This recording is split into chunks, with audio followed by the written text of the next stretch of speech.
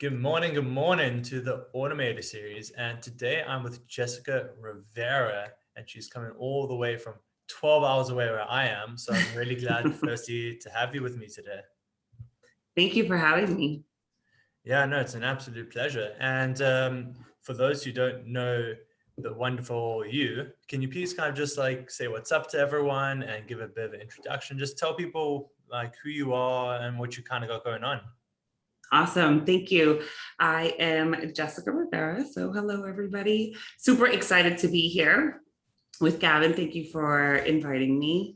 I am a mindset and life coach. And so, been doing it for some time now, probably over 7 or 8 years Hmm. on the corporate side. Hmm. And I just have a huge passion for seeing people kind of shift their mind and helping them elevate, whether it be sales or just their mindset, relationships in general. So that's where I'm at.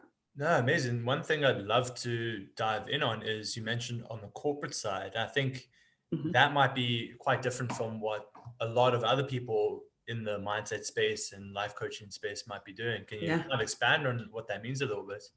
Yeah, I'd love to. So I've been a sales leader for over 15 years, and Mm, then began to coach and mentor salespeople, high earners, high producers, and from there, really just started getting a passion for coaching and developing and really encouraging people to, expect more, want more, mm. and see their mind shift and their relationships change. And it's just so exciting. And so from there, I decided to create my own business. And then, so I do both at this point. I still develop and coach on the corporate side, but then I also do it personally as well, Yeah, I mean, I privately. know, I know for me in regards to learning sales, learning marketing, things like that, it's like so much of it is mindset. Like the people who are good at sales often just have the strongest mindset of like I'm building relationships, I'm giving value, and it's like kind of continuing in the face of rejection because there is still a lot of rejection in sales. So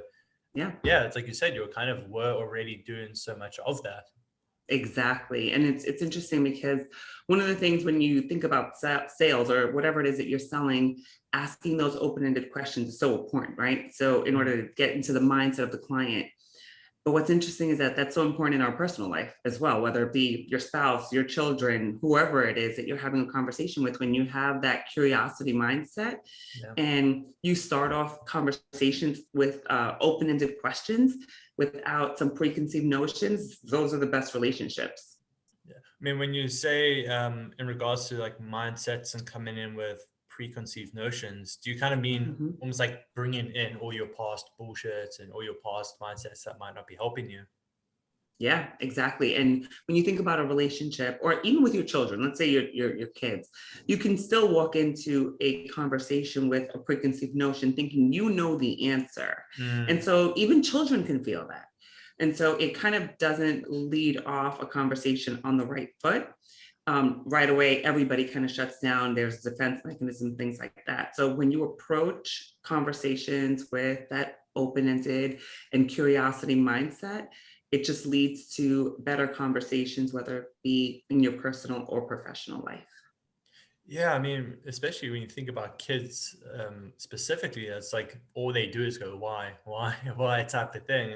So it's like, Actually, they're great teachers. Like yeah, young children, they are the best teacher because they don't have those preconceived notions and they just are so curious. And typically, even if you ask yourself, if you're going through an issue or problem or trying to figure something out, if you ask yourself why 5 times, you will probably get to the root of your intention yeah. and really figure out what it is that you want. Yeah, I've done that quite a few times.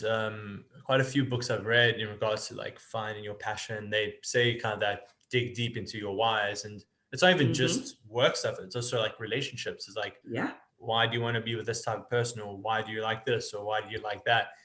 I don't know. I find for me, maybe I'm not doing it right, but that's probably not. Probably can't do it right or wrong anyway. But Yeah. it's like I find I kind of always end up on the same like deep root, or it's like I'm kind of like constructing it. I don't know if you've kind of come across that. You always end up on a, say that one more time. I'm sorry. I kind of almost, and no matter where I start, I kind of almost final myself to the same Hmm. answer every time. Yeah, that does happen sometimes. But I think depending on the scenario, you can really still dig deeper. I think because we're always changing, right? We're always evolving. We're always growing, hopefully, until we die. Yeah. um, so our own personality, our own wants, our own intentions, hopefully they get bigger and you want more. And I don't mean more in a bad way, like it's never enough, but more in a growth type of way. Mm, And so if we continue, and I believe that if we continue to get to the same result or we believe the same answer, we may not be asking ourselves deep enough yeah. or be open. But I guess that's where the benefits of having an objective point of view comes in, having a coach, having a mentor, or even just having friends around you who are going to be pushing you potentially in a different way and force you to think a different way. Yeah, Gavin, I'll tell you, for me personally, another reason why I really wanted to get into coaching is because I believe in therapy and I've been in therapy for many years. Mm, But in my opinion, or for me in my own personal life, my biggest mindset shift and the fastest mm, was during coaching. And mm, so therapy kind of helps you, in my opinion, gets you through the moment, through the issue, and kind of helps you understand your past. But coaching helps you look forward and mm. really kind of shift from the why this negative thing happened to how can I get through it? What did I learn from it? And for me, just the mind shift was so quick and instant that I just wanted to give that to everybody. Yeah. No, it's interesting because I've never had like formal therapy. Like my biggest thing has just been coaching mentors and such. Maybe I'm not sure if it was maybe just the person you're working with, but I didn't realize that therapy was kind of more backwards looking as opposed to like Yes. forward looking. Yeah. I mean, and I've seen different therapists throughout the years. I have adult children. And so, and those teenage years can be rough. And Yeah. so we had therapy together and I've had, and I believe in it. I just think it's completely different than coaching. And for me, coaching worked much better. Yeah, I guess that's what it just comes down to though. It's just finding what works for us, trying things. It's Yeah.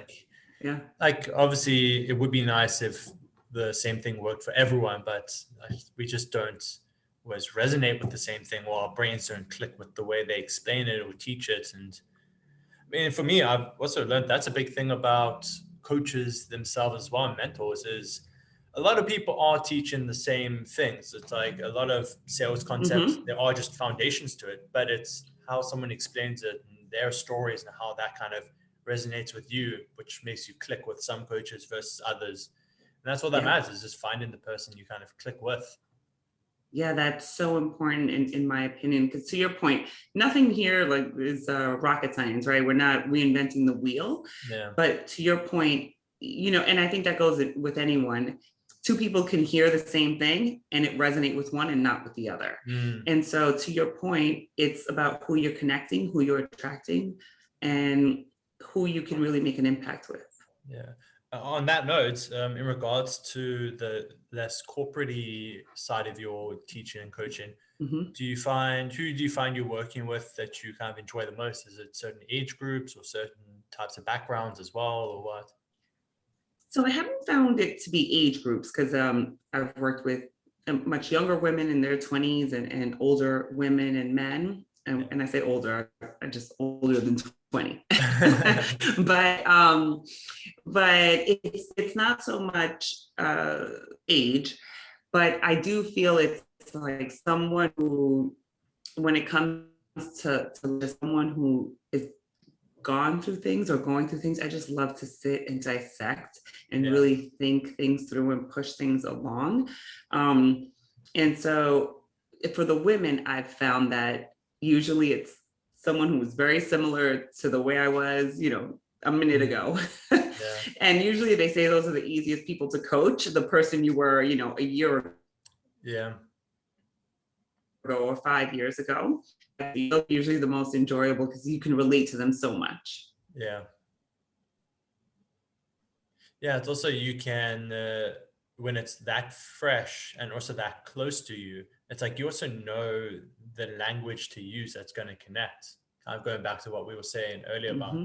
you can have two different people say the same thing to you, but it's how they use their wording and how they relate their past experiences to it and things like that.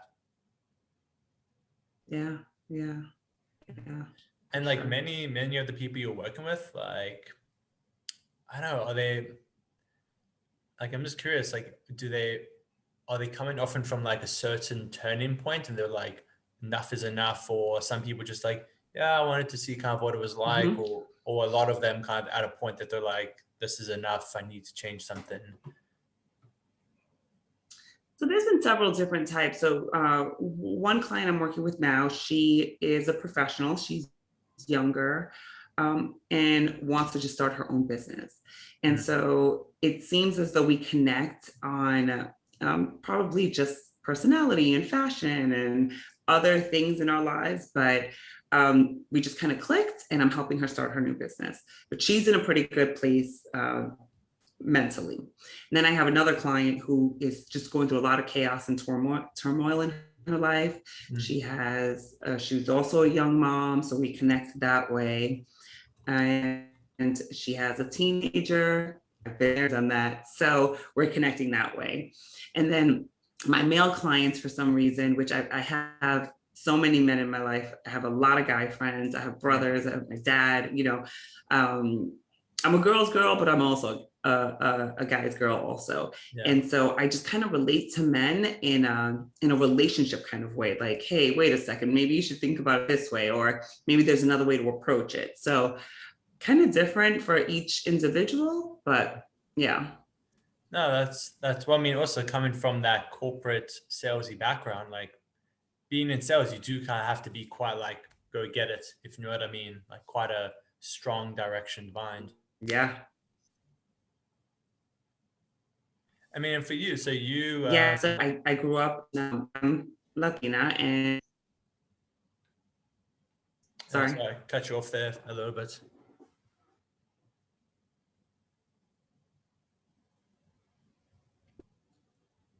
No, there was a bit of a delay.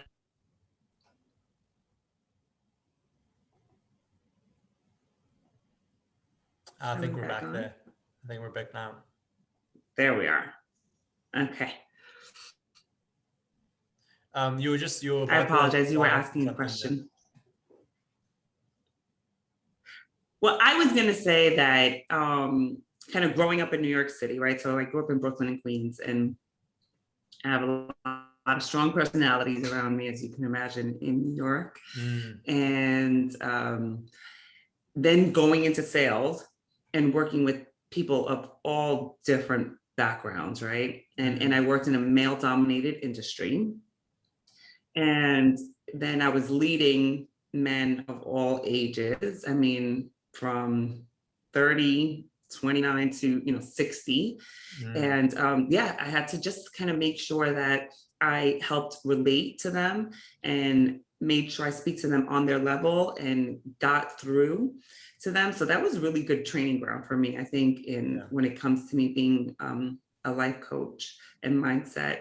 And then in addition to that, I also worked in sales, right? So Yeah. sales, you have to be aggressive and you have to understand or maybe not so aggressive, depending on your customer. Some customers are, super corporate, and others sort of laid back. And really just being able to relate to whoever your customer is. Yeah. So the sales aspect and then the coaching aspect kind of really helped me be well-rounded. And then plus the way I was brought up, right? I just been around in this melting pot here in New York, and it's just been great overall.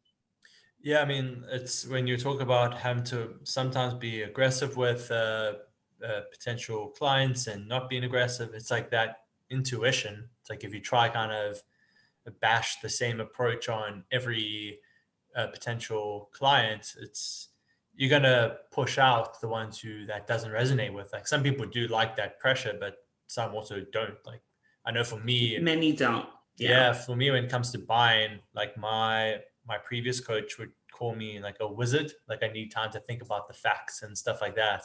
So it's like if Yeah, you pressure me, it's just going to put me off more. I would agree. I would agree. I'm actually the same way. So a soft sell is always the best. And I always say people should just go with their gut, right? If Yeah, a customer or client, when I was selling, they didn't feel right about it, it's their business and they should do what they feel is right. But I always kept that relationship. And so as long as you, to me, as long as you treat people good and you sell the value yeah, and you show them the value, they'll come back. yeah, absolutely. Yeah, ultimately it just comes down to relationships and keeping those like good relationships. Like you mentioned, where you grew up was kind of like a melting pot, so you had lots of these different kind of personality types. But Mhm. for you, like when you went into this more corporate life, I mean, did you have to already then do quite a bit of growth on yourself and be like, oh wow, I'm having to really knuckle down on this one aspect of my personality, which maybe Mhm. didn't get as much focus in the past? Like, how was that for you?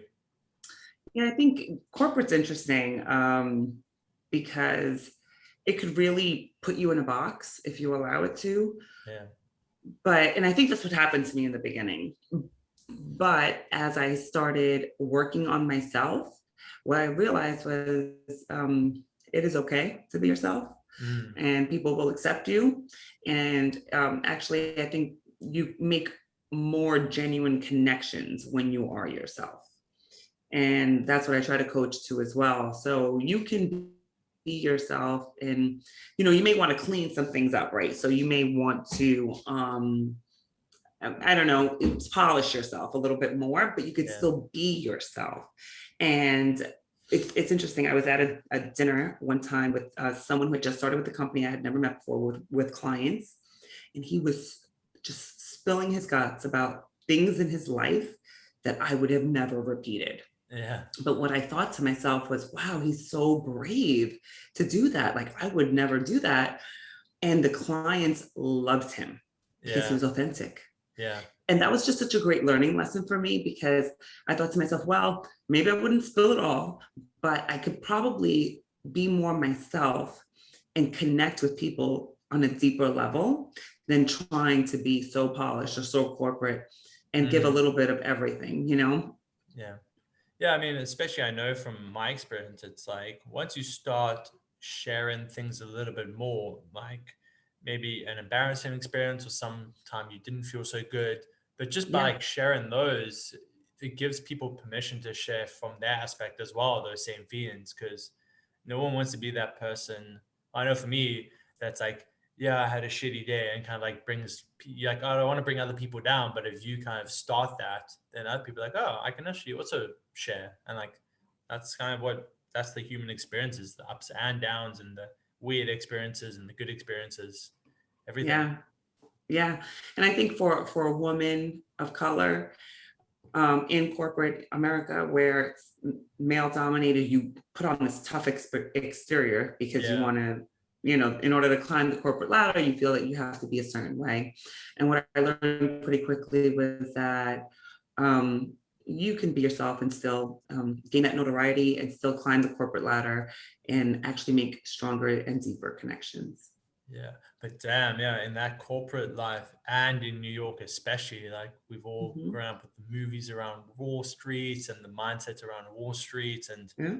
Mhm. yeah, just thinking about it sounds so intense. Like I've never been in a full-on corporate environment. Like I was in a Mhm. company that was super open and diverse because it was a fashion company. So it's like you had the Mhm. creatives and photographers, and then also the more technical-minded people, things like that, and that was like very loose, but it wasn't like corporate-y. So I can't even like imagine Yeah. putting myself in almost like a lawyer environment or like you Yeah. said, that sales team It type of was thing. finance. So yeah, it was pretty corporate. Yeah. No, that's Yeah. very, very much Wall Street. Hmm. But it honestly was a great training ground for me, and I learned so much, and it's been awesome. Mm. I mean, some of those mindsets,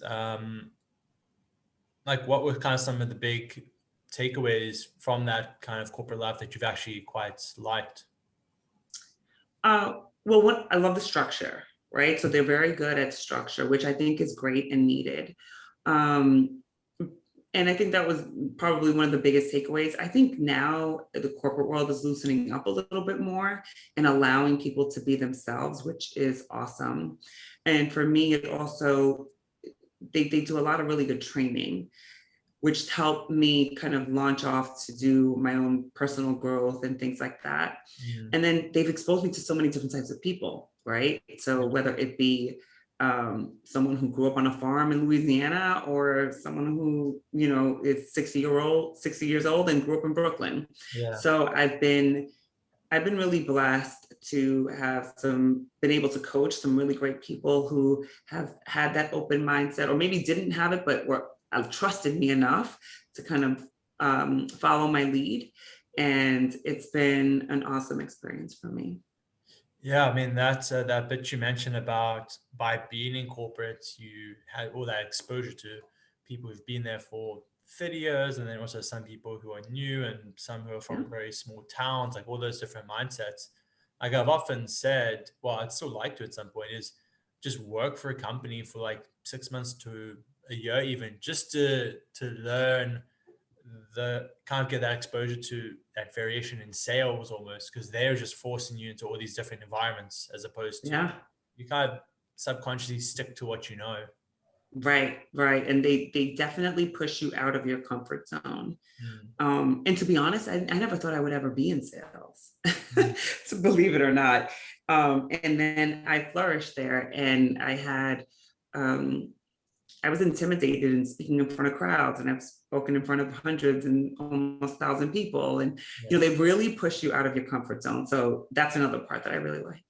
Yeah, that's one thing I do actually see the benefit of working in a job. It's like, yeah, people do give working 9 to 5 is like the evil kind of Yeah, approach and like what type of person are you to have a 9 to 5, but there's so much positive to it. It's because you can, it depends how you go into it mindset wise. Like I was listening to a right. podcast the other day, and this guy, it was about a guy from my country, and he was like, I wanted to start my own business, but I didn't have like the skills. So he said, I went and got a sales job. It was actually a sales job as well. But he said my Mhm. goal was literally just to get the skills and then leave. So he like left after a month after doing what he needed, which I mean, yeah, maybe that's not the best for the company, but I really like that mindset of like, he was like, I'm going into this Mhm. to get something out of it, not just because someone told me to go do it or this is what's expected. It's like he knew what he wanted to get out of it, which was really cool, I thought. I think that's a great mindset to have. And when you think about like these people that just work a 9 to 5 just to work, instead of learning and taking what they can and thinking, okay, well, what could I do with these skills? Yeah. To me, we'd have happier employees. Oh, yeah. I mean, even also, I've always thought it would be so interesting if more companies and schools start to introduce like mindfulness, meditation, or like Agree. setting goals. Yeah, I think it would blow people's minds. It would change happiness levels so much if people Hmm. like had that kind of not pushed on them, but if that was a focus of like, hey, also think about yourself, take time for yourself, like be happy type of thing. Yeah. Yeah. I wish they would kind of create that as the norm, right? It's Yeah. not like, oh, what's meditation? Um, for me, meditation is huge. Like, if I don't do it, if I skip a day, I definitely feel it. Mm, So, meditation has been one of the things that really helped me gain clarity in life. yeah, I know for me, I literally just finished a like a 21-day challenge type of thing. And Hmm. I was like writing in my journal that definitely the days that I don't start with meditation, like I feel a different energy to the day. Just like you start off in a different momentum almost, like a different gear. I completely agree. It's funny, when I first started meditating, my sister asked me, "So does it really work? Like, does it really help?" And in the very beginning, I said, "Well, I kind of think of it like this, like, you know, when I drink coffee, right? If I skip coffee, I don't feel like coffee keeps me awake at all, right? I can have it at night and go to bed. Yeah. But the mornings I don't drink coffee, I feel it, Yeah. right? And so I kind of compared it to that. When I don't meditate, I feel different. Yeah. I think the meditation might be just slightly better though than the coffee because I think so too. I would agree. I would agree. I think, and the more you do it, I mean, the more amazing it is. And now it's been a while that I've been meditating, and I mean, I just get so excited because when I go into meditation, the level of clarity that I get and the feeling and just it just starts my day off so perfectly. Yeah, you say, gonna feel so good after this. Yes, exactly. I mean, well, I'm really curious though about so you were in corporate, you said for like 6, 7 years, right?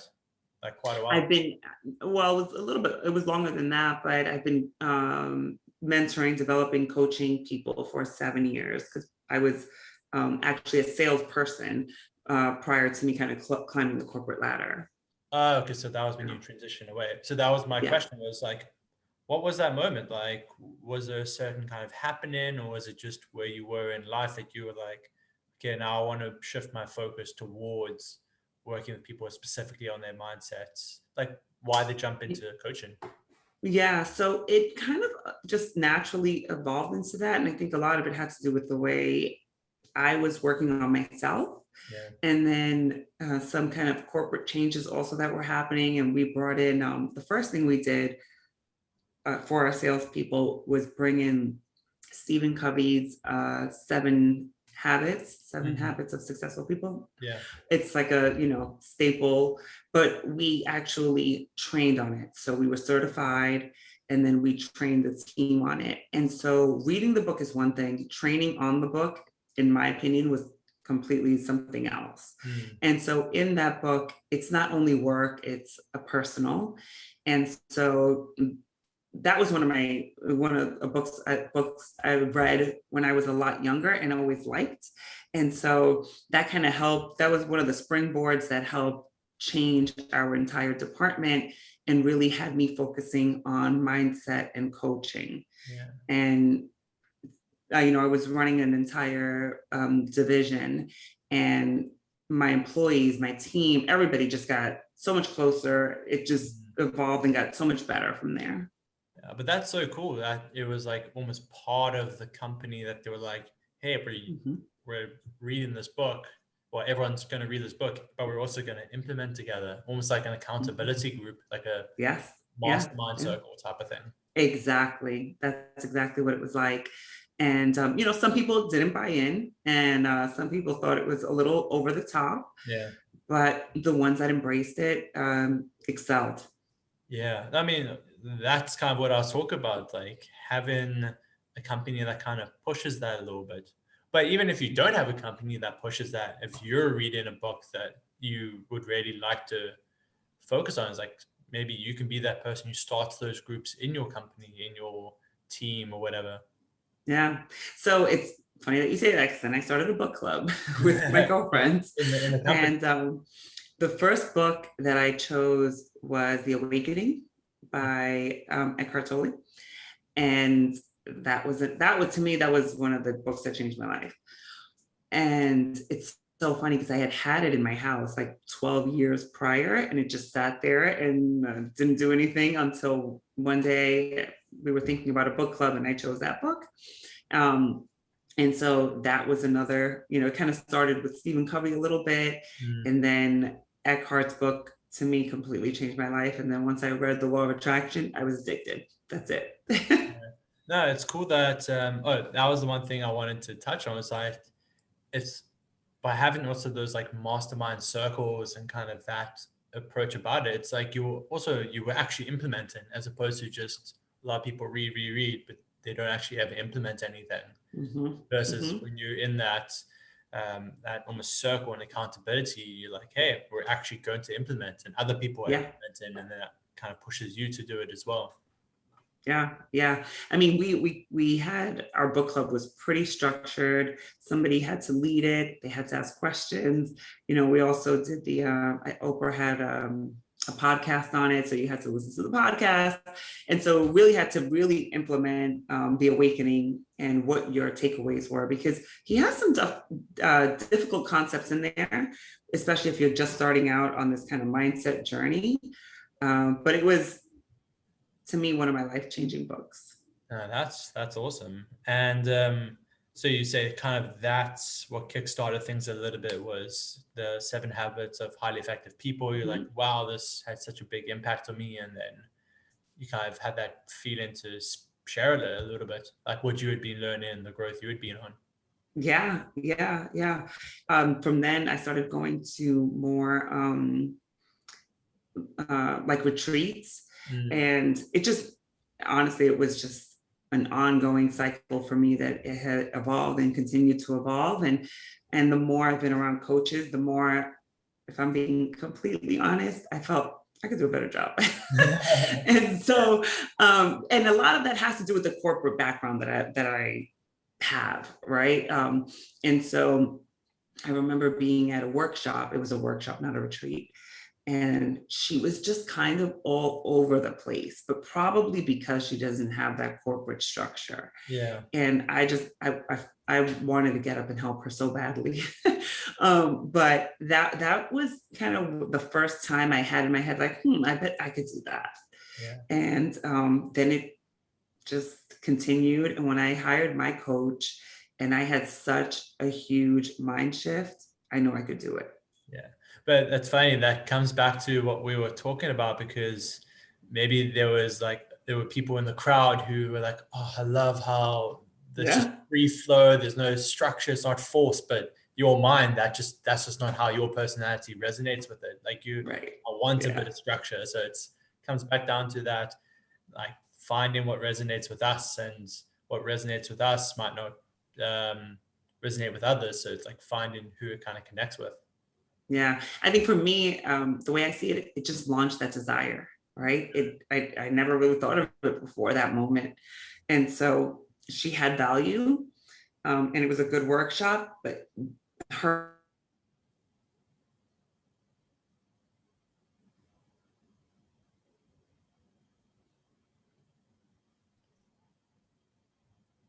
Oh, it got cut off for a little bit at the end there.